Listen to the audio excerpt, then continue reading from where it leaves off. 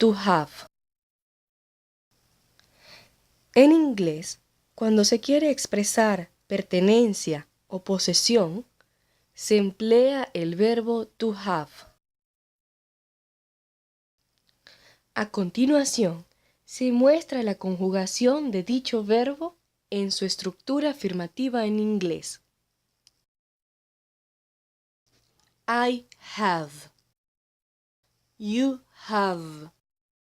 He has. She has. It has. We have. You have. They have. Así pues, cuando se denota posesión con la oración I have two brothers, se sigue siempre la estructura de la oración simple, es decir, sujeto, verbo y complemento. Es importante señalar que cuando se trata de la tercera persona del singular, es decir, he, she o it, el verbo have cambia su estructura a has. Por ejemplo, he has a brother.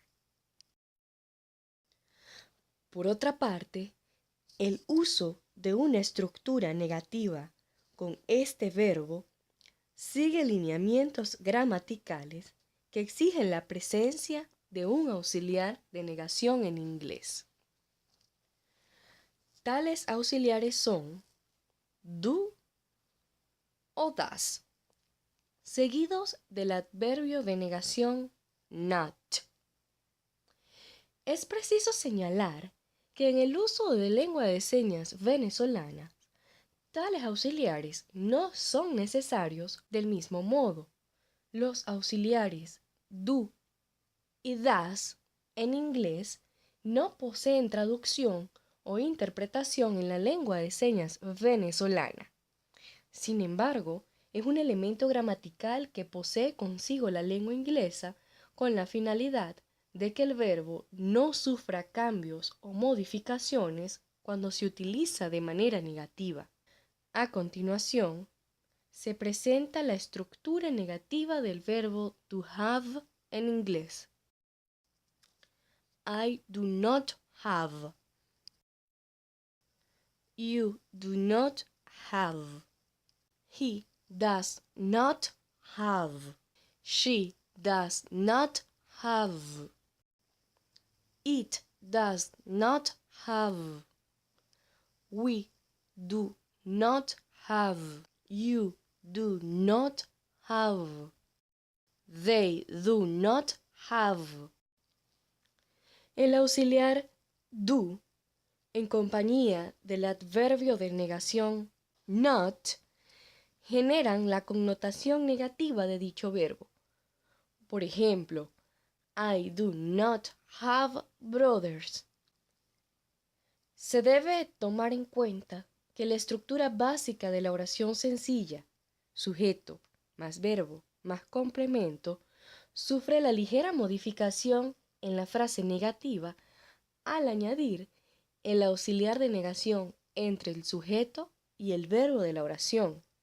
Por ejemplo, sujeto más auxiliar de negación más verbo más complemento.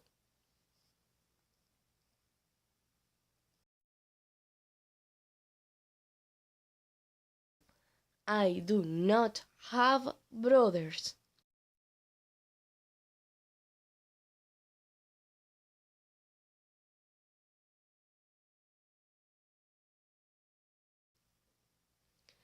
Es importante remarcar que para el uso de estos auxiliares de negación también existe una forma contraída en donde para el auxiliar do not equivale a don't y para la forma does not equivale a doesn't.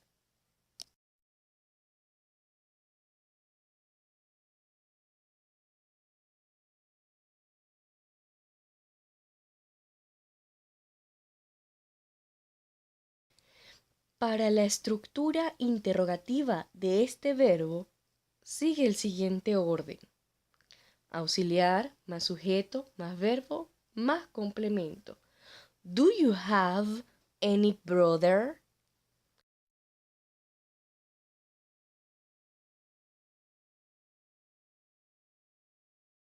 Para la cual su respuesta sería yes, I do, de ser afirmativa, o no, I don't, de ser negativa. Por otra parte, es importante recordar que el auxiliar do siempre será utilizado con los pronombres I, you, we y they.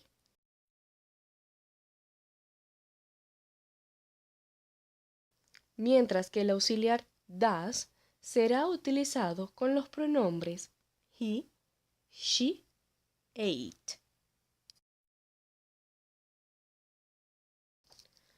Por ejemplo, does she have any cousin? Se ha hecho mención anteriormente que el verbo to have, al conjugarse con la tercera persona del singular, cambia a has, pero cuando éste se encuentra en una pregunta, su estructura no cambia.